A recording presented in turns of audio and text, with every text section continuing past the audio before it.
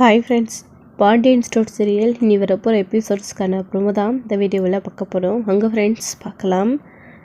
ராஜியும் கதிரும் ட்ரைனிங்க்கு போன இடத்துல சந்தோஷமாக இருக்காங்க அப்படின்னு முதல்ல கோமதி பார்த்துட்டு கோவப்பட்டு திட்டுனாங்க. அதுக்கப்புறம் நான் ஏதோ கோவத்தில் அப்படி பேசிட்டேன், நீங்கள் 2 பேரும் சந்தோஷமாக இருக்கணும் அப்படின்னு சொல்லி மெசேஜ் போட்டிருக்காங்க. ஸோ இதுக்கப்புறம் பாண்டியனையும் கோமதியும் சமாதானப்படுத்தலாம் அப்படின்னு கதிர் கூட பேசி பார்த்தாங்க. ஆனால் செட் ஆகலை. என்ன பண்ணுறதுன்னு ஒன்றுமே புரியலை. ஸோ என்னால் தான் அத்தைக்கும் மாமாவுக்கும் பிரச்சனை அப்படின்னும் போது எனக்கு ரொம்ப கில்ட்டியாக இருக்குது கதிர் அப்படின்னு சாப்பிட்டுட்டு இருக்கும்போதே ராஜு பேசிகிட்டு இருக்கவும், இங்கே பாரு அப்பா கண்டிப்பாக அம்மா கிட்ட பேசுவாங்க, இதுக்காக நீயே கில்ட் ஆகுற அப்படின்னு. இல்லையே, இப்போ நீ கூட பேசுனதுக்கு மாமா எவ்வளோ கோவப்பட்டு பேசினாரு, அத்தை மாமா பேசலைன்னு ரொம்ப ஃபீலிங்காக வருத்தப்பட்டுட்டு இருக்காங்க. அந்த கோவத்தில் தான் என் மேலே திட்டாங்க, நான் சந்தோஷமாக இருக்கேன் அப்படின்னு. நாம் 2 பேரும் நல்லா இருக்கணுன்றதுக்காக நமக்காக ஒரு கல்யாணத்தை பண்ணி வச்சுக்கிட்டு அவசரப்பட்டு அத்தை பேசுனதுனால இப்போ அவங்களுடைய வாழ்க்கை இப்படி ஆயிடுச்சு அப்படின்னு சொல்லி ஃபீல் பண்ணுறாங்க. ஏய் விடு, அவங்க வாழ்ந்து முடித்தவங்க, நாம் இப்போ தான் வாழ ஸ்டார்ட் பண்ணியிருக்கிறோங்க. ஏன் நாம் சந்தோஷமாக இருக்கிறது உனக்கு பிடிக்கலையா? அவங்கள நினச்சி ட்ரைனிங்க்கு வந்த இடத்துலையும் ஃபீல் பண்ணிக்கிட்டு ட்ரைனிங்கை ஒழுங்காக முடிக்காமல் ஸோ நம்ம சந்தோஷமாக இல்லாமல் இங்கே டல்லாக போகணுமா அப்படின்னு சொல்லவும், ஏன் இதை இப்படி புரிஞ்சுக்கிற? அவங்க வாழ்ந்து முடித்தாலையும் அத்தைக்கும் அவங்களோட ஹஸ்பண்ட் கூட சந்தோஷமாக இருக்கணும்னு ஆசை இருக்கும்ல அப்படின்னவும், இங்கே பாரு, அப்பாவுடைய கோவத்தை பற்றி எனக்கு தெரியும். அம்மா எப்படியாச்சும் பேசி அப்பாவோடைய மனசை மாற்றிடுவாங்க, நீ கவலைப்படாமல் சாப்பிடு அப்படின்னு சொல்லிட்டு இவங்க 2 பேரும் சாப்பிட்டு முடிச்சுட்டு அப்படியே ஜாலியாக திரும்பவும் வீட்டுக்கு போயிட்டுருக்காங்க. வேற என்ன, வீட்டுக்கு ரூமுக்கு தானே அப்படின்னு சொல்லவும், ஆமாம் கதிர் அப்படின்னு சொல்லவும், சரி வேறு ஏதாச்சும் வேணுமா அப்படின்னு, எனக்கு ஒரு ஐஸ்கிரீம் மட்டும் வாங்கி கூட அப்படின்னு சொல்லவும், தெரியும் நீ கேட்பண்ணு, அதான் ஆல்ரெடி நான் வாங்கிட்டு வந்துட்டேன் அப்படின்னும், அட என்கிட்ட ஏன் கொடுக்காமே வச்சிட்டு இருந்த அப்படின்னு ராஜு கேட்டுட்ருக்காங்க.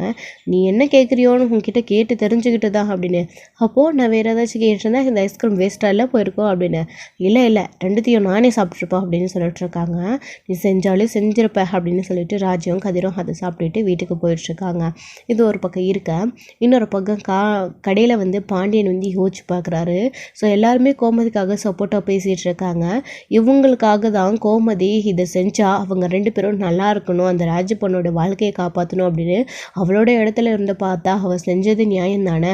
என்ன, அவள் நம்மக்கிட்ட இந்த விஷயத்த சொல்லாமல் விட்டது தான் மிகப்பெரிய தப்பே. அதுக்காக தான் அவள் நம்மக்கிட்ட லெட்டர் எழுதி கொடுத்து சாரி கேட்டு மன்னிப்பு கேட்டுட்டாலே, நம்ம ஏன் அவளை மன்னிக்கக்கூடாது? கல்யாணம் பண்ணி வச்ச கதிரும் ராஜியும் சந்தோஷமாக தான் வாழ்ந்துட்டுருக்காங்க. அவங்க என்னமோ நிம்மதியாக இருக்காங்க. இப்போ மாட்டிக்கிட்டு முழிக்கிறது இல்லை, இவ்வளோ திட்டி இதுக்கப்புறம் என்ன ஆக போகுது அப்படின்னு அவருடைய மனசு மாறிடுது. வீட்டுக்கும் கிளம்பி வராரு. கோமதி பாண்டியனுக்காக சமைச்சு வச்சுருக்காங்க. சரண்வன், பாண்டியன், மீனா, அரசி இவங்களுக்காகலாம் சாப்பிட்டுட்டு சூப்பராக இருக்காத்த சாப்பாடு அப்படின்னு மீனா சொல்லிட்டுருக்கவும், ஆமாண்டி நீ மட்டும் இங்கே வகை வகையாக வக்கனையாக சாப்பிடு, ஆனால் அங்கே என் பிள்ளைக்கு ஒழுங்காக சாப்பாடு கூட சமைச்சு போடாத, அவன் தினம் பட்னியாகவே இருந்து சாகடும் அப்படின்னு சொல்லவும், என்னத்த திடீர்னு உங்கள் பிள்ளை மேலே அவ்வளோ கரிசனம், அவ்வளோ உங்கள் பிள்ளை வேலை அக்கறை இருந்தால் பேசாமல் கூப்பிட்டு வச்சு சாப்பாடு போட வேண்டியது தானே. மருமக சாப்பாடு போடலைன்னு மாமியை கேட்ட கூத்த இப்போ தான் நான் பார்த்துருக்கேன். உங்கள் பிள்ளை தானே போகணுன்னு கூப்பிட்டு போனார், எனக்கும் சேர்த்து அவர் தான் சமைச்சு போடணும் அப்படின்னு மீனா சொல்லிட்டு இருக்காங்க. என்னடி பேசிகிட்டு இருக்கா நீ? என் பிள்ளை உனக்கு சமைச்சு போடுவானா அப்படின்னு. ஏன் அத்தை, ஏன் சமைச்சு போட மாட்டாரா? அப்படி இல்லை நான் கூட ஹெல்ப்பாச்சும் பண்ணணும், எதுவுமே செய்யலைன்னா நான் ஒருத்தர் எவ்வளோ வேலையை தான் செய்வேன், அதெல்லாம் முடியாது. உங்கள் பிள்ளை மேலே அக்கறை இருந்தால் அவளை வர சொல்லி கூப்பிட்டு நீங்களே சாப்பாடு இங்கே டெய்லியும் போட்டு இங்கேயே வச்சுக்கோங்க அப்படின்னு சொல்லிட்டு மீனா சொல்லிட்டுருக்காங்க. எனக்கு வேலையாச்சும் மிச்சம் ஆகும், நான் சந்தோஷப்படுவேன் அப்படின்னு. நான் கூப்பிட்டவனே அடுத்த வேலையை தான் அவன் பாப்பான் பாரு அப்படின்ற மாதிரி கோமதியை பேசிகிட்டு இருக்கும்போது பாண்டியன் வீட்டுக்கு வராரு. அத்தை எனக்கு போதும் அத்தை, வயிறு நிறைஞ்சிடுச்சு அப்படின்னு சொல்லவும், என்னடி உன் மாமா வந்ததும் கை கழுவிட்ட போதும்னு சொல்லிட்டு சாப்பிடுடி, சாப்பாடு நல்லா இருக்குன்னு சொன்ன அப்படின்னு. அத்தை நல்லா இருக்குதுன்றக்காக எவ்வளோ அத்தை சாப்பிடுவாங்க, எனக்கு இதுவே போதும் அத்தை, உண்மையிலே அத்தை, சரி நான் கிளம்புறேன் அப்படின்னு சொல்கிறாங்க. ஏன்ப்பா மீனா கிளம்புற அப்படின்னு. நான் வந்ததும் பயந்துட்டு போறியாப்பா அப்படின்னு. என்னம்மாம்மா பயமா எனக்கா அப்படின்னும், இல்லைப்பா நான் ஏதாச்சும் சொல்லிடுவேணும்னு கிளம்புறியான்னு கேட்டேன்ப்பா அப்படின்னும், அதெல்லாம் ஒன்றும் இல்லைம்மாம்மா, அவர் வர நேரம் ஆகிடுச்சு, சாவி என்கிட்ட இருக்கு அதான் அப்படின்னு சொல்லவும், சரிப்பா மீனா அப்படின்னு சொல்கிறாங்க. திரும்பி என் பையனுக்கு போட்டு கொடுக்குற எடுத்துகிட்டு போறியா அப்படின்ன உடனே பாண்டியனுக்கு அம்பிட்டுக்கவும் இங்கே பார்த்து முறைச்ச உடனே அமைதி ஆயிடுறாங்க. இல்லைத்த, நான் போய் அவருக்கு தோசை வாங்கிட்டு போய் தோசை ஊற்றிக்கிறேன் அப்படின்னு சொல்லிட்டு மீன் அங்கேருந்து கிளம்பி போகிறாங்க. இன்னொரு பக்கம் சரி அரிசி, நீ அந்த பேக்கை வாங்கிட்டு போய் அவர்கிட்ட வச்சுட்டு கை கால் அலும்பிட்டு சாப்பிட வர சொல்லு, நான் மீனாவை வழியாக அனுப்பிட்டு வரேன் அப்படின்னு சொல்லிட்டு இங்கே பாண்டியன் கை கால் அலும்பிட்டு வரத்துக்காக போகவும் அப்போ தான் வந்து இங்கே மடன்னு பேக் பண்ணி பாண்டியன் வரத்துக்குள்ளே டிஃபனில் அறக்க பறக்க கீழே கொட்டி மேலே கொட்டி செந்திலுக்கு பேக் பண்ணி மீனா அனுப்புகிற மாதிரி மீனா அப்படின்னு சொல்லிட்டு அந்த கேட் வரைக்கும் வெளியில் வரைக்கும் ஓடி போய் இதாடி என் பிள்ளைக்கு எடுத்துகிட்டு போ, நீ மட்டும் வகை சாப்பிட்டுட்டு என் பிள்ளைக்கு தோசை சுட்டு கொடுப்பியா, நீ சொல்கிற தோசை கூட எப்படி இருக்குன்னு எனக்கு தெரியும், தான் எடுத்துகிட்டு போ, ஒரு நாளைக்காச்சும் அவன் நிம்மதியாக நல்ல சாப்பாடு சாப்பிட்டுட்டோம் அப்படின்னு உடனே பிள்ளை மேலே பாசத்தை பாருங்க அப்படின்னு சொல்லிட்டு மீனா அதை எடுத்துகிட்டு கிளம்புறாங்க. இங்கே பாண்டியனுக்கு அவங்க சாப்பாடு பரிமாறுறாங்க. கோமதி வந்து திரும்பவும் வந்து பாண்டியனும் உட்காந்து சாப்பிட ஆரம்பிக்கிறாரு. ஏங்க என்கிட்ட பேசலாம்ல, சாப்பிடும்போது கூட ஒருன்னே இருக்கீங்க, எப்பயுமே சாப்பாடு சாப்பிடும்போது கோமதி சாப்பாடு நல்லா இருக்குன்னு சொல்லுவீங்க, இன்றைக்கி எதுவுமே சொல்ல மாட்டேன்றீங்க அப்படின்னும், என்னப்பா வாயை திறந்து எதுவும் பேசலைன்னா சாப்பாடு நல்லா இல்லைன்னு தானே அர்த்தம் அப்படின்னு பார்த்ததுக்கு அரிசி வடை கூட சேர்ந்துக்கிட்டு, ஏய் நீ என்னடி சப்போட்டா, இப்போ தான் மீனா சாப்பிட்டுட்டு சூப்பராக இருக்குன்னு சொல்லிட்டு போனால் உங்கள் 2 பேருக்கு ஒரு நாக்கு சேர்த்து போச்சுடி அப்படின்ற மாதிரி இங்கே ஜாலியாக பேசிகிட்டு இருக்கோம். விடுப்பா அவன் ஏதாச்சும் வயிற்றெரிச்சலில் பேசிட்டு போகிறா அப்படின்னு சொல்லிட்டு பாண்டியன் வந்து சொல்லிட்டு இருக்கோம். யார் எனக்கு வயிற்றெரிச்சலா அப்படின்னலாம் வந்து இங்கே பேசிகிட்டு இருக்காங்க. அப்போ கோமதி டேரெக்டாகவே கேட்குறாங்க, என் கூட சேர்ந்து அவ்வளோ தானே மறைச்சா, அவகிட்ட மட்டும் நல்லா பேசுகிறீங்க, ஆனால் பொண்டாட்டியான என்கிட்ட பேச மாட்டேன்றீங்களா, மருமக கிட்ட கூட பேசுகிறீங்க அப்படின்னு சொல்லிட்டு இருக்கவும் அதுக்கப்புறம் பாண்டியன் பார்த்த உடனே கோமதி அமைதியாகிடுறாங்க. ஸோ கிச்சனில் வந்து சமைக்கிறதுக்காக, அதாவது பாத்திரத்தை கழுவுறதுக்காக கோமதி வந்து போயிட்டு பிளேட்லாம் கழுவி வச்சுட்டு இருக்கும்போது பாண்டியன் கையை கழுவிட்டு போய் கோமதியோட முந்தானை எடுத்து அடிச்சுட்டு வருவோம். அதுலேருந்தே அவங்க எல்லாத்தையுமே புரிஞ்சுக்கிறாங்க, இவருக்கு நம்ம மேலே கோவம் போயிடுச்சு அப்படின்னு சொல்லிட்டு ரொம்ப சந்தோஷப்படுறாங்க கோமதியுமே கூட. அப்படின்னு இங்கே பாண்டியன் சிரிச்சுக்கிட்டே அவர் பாட்டுக்கு ரூம்குள்ளே வந்துடுறாரு. ஸோ இன்னொரு பக்கம் இங்கே மீனா கோட்ரஸ்க்கு வந்து சாப்பாடு கொண்டுட்டு போய் வீட்டை திறந்த உடனே ஒரு 5 நிமிஷம் கூட இல்லை, அதுக்குள்ளேயே வந்து செந்தில் வந்துடுறாரு.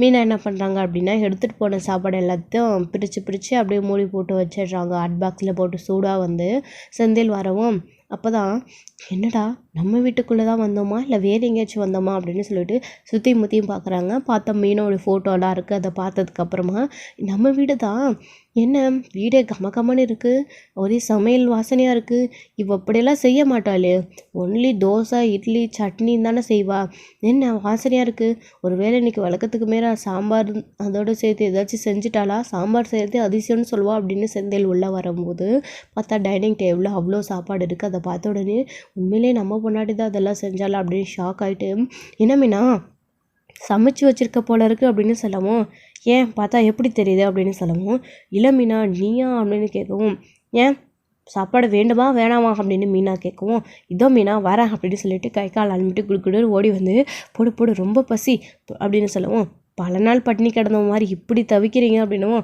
ஆமாம் நீ சொட்டு போட்ட தோசையும் வெளியிலையும் சாப்பிட்டுட்டு அப்படி தானே இருக்குது, நாக்கு செத்து போய் இன்றைக்காச்சும் ருசியாக சமைச்சிருக்கல, நான் சாப்பிடணும் சீக்கிரம் போடு அப்படின்னு சொல்லவும் செந்தில் வயிறார சாப்பிட்றாரு. சாப்பிட்டுட்டு இருக்கும்போது தான் தெரியுது அவருக்கு, என்ன மீனா கை பக்குவமே வேறு மாதிரி இருக்குது, அப்படியே அம்மாவோட சமையல் மாதிரியே இருக்குது அப்படின்னு சொல்லிட்டு கேட்கவும் கேரி இருக்கிறத கவனிச்சிடுறாரு. கவனிச்ச உடனே, ஓ அப்போ நீ சமைக்கலையா, அங்கேருந்து பேக் பண்ணி கொண்டு வந்திருக்கியா, பரவாயில்லையே, புருஷனுக்கு சாப்பாடு பேக் பண்ணி போய் கொடுக்கணுன்ற அறிவாச்சு, அதாவது பாசமாச்சு இருக்கே, கொஞ்சம் கரிசனமாச்சு அப்படின்னவும், நான் வேணான்னு தான் சொன்னேன், ஆனால் அவங்க அம்மா இருக்காங்களே என் அத்தை கேட்காம போட்டு கொடுத்துட்டாங்க, பட்னியாக இருக்கட்டும் தான் நானும் சொன்னேன், என்ன பண்ணுறது தாய்ப்பாசத்தில் போட்டு கொடுத்துட்டாங்க அப்படின்னு சொல்லவும், நீ எல்லாம் ஒரு மனைவியாடி, என் அம்மாவுக்கு கூட என் மேலே பாசம் இருந்து அங்கேருந்து போட்டு கொடுத்து அனுப்புகிறாங்க, கட்டின பொண்டாட்டி கூடவே இருந்துக்கிட்டு புருஷனுக்கு ஒரு டீ போட்டு கொடுக்குறதில்ல, ஒரு காஃபி போட்டு கொடுக்குறதில்ல, சாப்பாடு பண்ணி கொடுக்குறதில்ல அப்படின்னலாம் வந்து செந்தில் பேசிகிட்டு இருக்கவும், வேணாங்க என் வாயை கிளறாதீங்க, சாப்பிட்டுட்டு எழுந்திரிச்சிட்டு வந்து படுங்க அப்படின்னு மீனா சொல்லிட்டு இருக்கவும், இவகிட்ட பேசினா இவ இருக்கிற சாப்பாடும் இல்லாமல் பண்ணிடுவா அப்படின்னு அவர் பாட்டுக்கு சாப்பாடை சாப்பிட்டுருக்காரு. யார் எப்படி போனால் என்ன, நமக்கு சோறு தான் முக்கியம், எப்படியோ வந்து சாப்பாடு இன்றைக்கி வீட்டிலேருந்து கொண்டு வந்திருக்கா, ரொம்ப நாள் கழித்து அம்மாவோடைய சாப்பாடை சாப்பிட்றோம், ரொம்ப மிஸ் பண்ணுறோம்ல அம்மாவோட சாப்பாட்டை, இவ கூட சேர்ந்து சந்தோஷமாக வாழணுன்றதுக்காக சாப்பாட்டையும் வயிற்றையும் காய போட வேண்டியதாக இருக்குது அப்படின்னு செந்தில் நினச்சிக்கிட்டு சாப்பிட்டுட்ருக்காரு. ஸோ இது ஒரு பக்கம் இருக்க, இன்னொரு பக்கம் இங்கே ராஜியும் கதிரும் ரூமுக்கு போயிடுறாங்க. ரூமுக்கு போனதுக்கப்புறமா அவங்க 2 பேருமே ரொம்ப சந்தோஷமாக இருக்காங்க. அந்த குறி சொன்ன அம்மா சொன்னதை கேட்டியா நீ அப்படின்னு கதிர் சொல்லவும், ஆமாம் கேட்டேன் அப்படின்னு உடனே என்ன இப்போதுக்கு அப்படின்னு, நமக்கு உன்ன மாதிரியே ஒரு பெண் குழந்தை பிறக்க போதுன்னு சொன்னாங்க அப்படின்ன உடனே, என்ன மாதிரின்னு சொல்லலையே, கடவுள் மாதிரின்னு தானே சொன்னாங்க அப்படின்ன உடனே, ஏய் எனக்கு நீ தானே கடவுள் அப்படின்னு சொல்லவும், என்ன கதிர் பெரிய பெரிய வார்த்தையெல்லாம் பேசுகிற அப்படின்னு சொல்லவும், ஏன் நான் அப்படி ஒன்று சொல்லக்கூடாதா, எல்லாருடைய புருஷனுக்கும் அவங்களோட மனைவி தானே அவங்களுக்கு கடவுள் மாதிரி அப்படின்னு சொல்லிட்டு இருக்காங்க. ஏய் அப்படி சொல்ல போனால் எல்லா மனைவிகளையும் புருஷனை தானே கணவரை தானே தெய்வம்னு சொல்லுவாங்க அப்படின்னு சொல்லவும், இங்கே பாரு இப்போ அந்த ஆராய்ச்சி ரொம்ப முக்கியமா அப்படின்னு சொல்லிட்டு 2 பேரும் பேசிக்கிட்டு அவங்க ரொம்ப சந்தோஷமாக இருக்காங்க. சந்தோஷமாக இருந்த அடுத்த நிமிஷமே கொஞ்ச நேரம் கழித்து அவங்க ஃப்ரெஷ்ஷாக போயிட்டு வெயிட் பண்ணிகிட்டு இருக்கும்போது வந்து காலிங் பெல் அடிக்குது. யாருன்னு போயிட்டு பார்க்குறாங்க. கதிர் வந்துட்டு பார்த்தா போலீஸ் வந்திருக்கு. போலீஸ் வந்த உடனே, ஏய் யார் நீங்கள் வெளியில் வாங்க அப்படின்னு சொல்லிட்டு இவங்க எல்லாரையும் கூப்பிடவும் ராஜி ஷாக் ஆகிடுறாங்க. என்ன மேடம் யார் வேணும் உங்களுக்கு அப்படின்னு கேட்கவும், இந்த லாட்ஜில் வந்து ஏதோ தப்பு நடக்கிறதா எங்களுக்கு இன்ஃபர்மேஷன் வந்திருக்கு, நீங்கள் வெளியில் வாங்க அப்படின்னு சொல்லவும், மேடம் என்ன மீது நாங்கள் அப்படிப்பட்டவங்க கிடையாது, எங்களுக்கு கல்யாணம் ஆகிடுச்சு, நாங்கள் ஹஸ்பண்ட் அண்ட் ஒய்ஃப் மேடம். அது மட்டும் இல்லாமல் ராஜி ட்ரைனிங்காக இங்கே வந்திருக்கு, ஐபிஎஸ் எக்ஸாம் எழுத 2 நாள் ட்ரைனிங்கு, நாளைக்கு கிளம்பிடுவோம் அப்படின்னு சொல்லிட்டு இருக்கவும், ஓ 2 நாள் தங்கிட்டு கிளம்புறவங்களா, அப்போ கன்ஃபார்மாக நீங்கள் தான் வாங்க அப்படின்னு உடனே, மேடம் ஐபிஎஸ் ஆகிறதுக்காக எக்ஸாம் எழுத வந்திருக்கோன்னு அதாவது ட்ரைனிங்க்கு வந்திருக்கோன்னு சொல்லிட்டு இருக்கோம், நீங்கள் என்ன மேடம் இதையே தப்பாக நினைக்கிறீங்க அப்படின்னவும், இப்போல்லாம் இப்படி போய் சொல்லிட்டு தான் தெரியுறாங்க, அவங்களெல்லாம் நம்ப முடியாது, என்கொயரி பண்ணணும் வாங்க ஸ்டேஷனுக்கு அப்படின்னு 2 பேரையும் கூட்டிகிட்டு போகிறாங்க. ராஜி ரொம்பவே பயந்துடுறாங்க. கதிரோட கையை பிடிச்சிக்கிட்டு அப்படியே பயப்படுறாங்க. மேடம் ப்ளீஸ் மேடம், அவள் ஐபிஎஸ் எக்ஸாமுக்கு அதாவது ட்ரைனிங்க்கே ப்ரிப்பேர் பண்ணிகிட்ருக்கா, இந்த சமயத்தில் நீங்கள் இப்படியெல்லாம் கூட்டிகிட்டு வந்து விசாரிக்கிறதுனால அவள் மேலே தப்பான ஒரு ஆர்வம் வந்து, அதாவது தப்பான இன்ஃபர்மேஷன் வந்து அவளுக்கு வந்து கிடைச்சிரும். அதனால் அவள் வந்து எக்ஸாமு எழுத முடியாமலோ ட்ரைனிங் ஒழுங்காக எடுக்க முடியாமலோ அவளோட ஐபிஎஸ் வந்து ரொம்ப பாதிக்க அவளுடைய கனவு கலைய வாய்ப்பு இருக்குது மேடம், ப்ளீஸ் மேடம் விட்டுருங்க அப்படின்னு சொல்லிட்டு இருக்காங்க. இப்போ நீங்கள் கூட்டிகிட்டு வந்து விசாரிக்கணும்னு தான் கூட்டிகிட்டு வந்திருக்கீங்க, அப்புறம் எஃப்ஐஆர் அது இதுன்னு போட்டிங்கன்னா அவளோட லைஃபே ஃபைல் ஆடும் அப்படின்னு சொல்லிட்டு கதிர் பேசிகிட்டு இருக்கவும், ராஜி கதிர் நமக்காக இவ்வளோ துடிக்கிறான் அப்படின்னு சொல்லிட்டு அது எல்லாத்தையும் பார்த்துட்டு இருக்காங்க. நம்மளால தானே, நம்ம போலீஸ் ஆகணுன்றதுனால தானே இவன் நம்மளை இவ்வளோ தூரம் கூட்டிகிட்டு வந்தான், ஆனால் போகிற இடத்துலலாம் ஏதாச்சும் ஒரு பிரச்சனை இருந்துக்கிட்டே இருக்குது, எனக்குன்னு மட்டும் ஏன் இவ்வளோ கஷ்டம், என்னால் அவனும் கஷ்டப்படுறான் அப்படின்ற மாதிரி ராஜி நினச்சிட்ருக்காங்க. அப்போ தான் வந்து எல்லாரையும் விசாரிச்சிட்ருக்காங்க, அந்த லாட்ஜில் இருக்கிறவங்க எல்லாரையும் அப்படி விசாரிச்சுட்டு இருக்கும்போது அது யார் அப்படின்றது தெரிஞ்சிடுது. ஆனால் வந்து இவங்க யார் என்னன்றத இவங்களையும் விசாரிக்கிறாங்க, ஒருவேளை பல பேர் அதில் லாட்ஜில் இருந்திருக்கலாம்ல அப்படின்லாம் சொல்லிட்டு இருக்கவும், மேடம் இவ்வளோ பெரிய ரெஸ்டாரண்ட்டில் ரூம் புக் பண்ணி தங்கிட்டு இருக்கோம், இது வந்து லாட்ஜ் அப்படின்னு சொல்லிட்டு தப்பாக இது பண்ணுறோம் அப்படின்னு கூட்டிகிட்டு வந்து விசாரிக்கிறதால நியாயமே இல்லை, அதுவும் நம்ம ஐபிஎஸ்க்கு ப்ரிப்பேர் பண்ண வந்திருக்கோம் அப்படின்னு சொன்னதுக்கப்புறமும் எங்களை சந்தேகப்படுறது ரொம்ப தப்பு மேடம், என் மனைவி ஐபிஎஸ் எக்ஸாமு ட்ரைனிங்கும் படிக்கிறதுக்காக இங்கே வந்திருக்கா, நான் அவ கூட துணையாக வந்திருக்கேன், எங்களை பார்த்தா எப்படி மேடம் உங்களுக்கு தப்பு பண்ணுற மாதிரி தோறுது அப்படின்னும், சரி உங்களுடைய கல்யாண ஃபோட்டோ ஆதாரம் இந்த மாதிரி ஏதாச்சும் காட்டுங்க, வீடியோ இந்த மாதிரி நான் உங்களை விட்டுடுறேன் அப்படின்னு சொல்லவும் இவங்க 2 பேரும் திருன்னு முழிக்கிறாங்க. ஏன் அப்படின்னா ராஜி கல்யாணம் நடந்தது ஒரு ஜஸ்ட் ஒரு ஆக்சிடெண்ட் மாதிரி நடந்த கல்யாணம். ஸோ அதுக்கு பத்திரிக்கை இல்லை, ஃபோட்டோ இல்லை, வீடியோ இல்லை, எப்படி காட்டுறதுன்னு தெரியல, இவங்க கேஷுவலாக எடுத்துக்கிட்ட ஃபோட்டோவை தான் காட்டுறாங்க. அதை காட்டினா அவங்க நம்புறது கிடையாது. என்ன ஏமாத்திரியா, கல்யாண ஃபோட்டோவையும் கல்யாண பத்திரிக்கையும் காட்ட சொன்னால் இந்த ஜஸ்ட் ஒரு ஃபோட்டோவை காட்டினா இது யார் வேணாலும் இப்போ எடுக்கலாமே, ஏன் இப்போ நான் கூட உங்க கூட நின்றுக்கிட்டு எடுக்கலாமே அப்படின்னெல்லாம் வந்து அவங்க பேசுவோம்.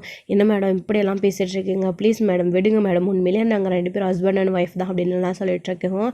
இல்லை நம்ப முடியாது அப்படின்னு, வேணா எங்கள் ரூமை கூட நீங்கள் செக் பண்ணிக்கோங்க மேடம், அதில் ராஜி இங்கே படிக்கிறதுக்காக வந்த புக்ஸு பேப்பர்ஸ் நோட்டு எல்லாமே இருக்குது, நீங்கள் அதை பார்த்தாலாச்சும் தெரிஞ்சுப்பீங்க அப்படின்னாலும் சொல்லிட்டு இருக்கோம். இப்படி ரூமாக போய் எங்களது பார்த்துட்ருக்கிறது தான் எங்களோட வேலையா, நீ சொல்லிட்டா நான் நம்பிடணுமா, இதெல்லாம் எங்களை நம்ப வைக்கிறதுக்காக நீங்கள் ஏன் எடுத்துகிட்டு வந்திருக்கக்கூடாது அப்படின்னலாம் வந்து அவங்க பேசுவோம். இப்படி குதிர்க்கமாகவே எல்லாத்தையும் பேசினா நாங்கள் எப்படி மேடம் என்ன பண்ணி நிரூபிப்போம் அப்படின்னாலும் சொல்லிட்டு இருக்கோம்.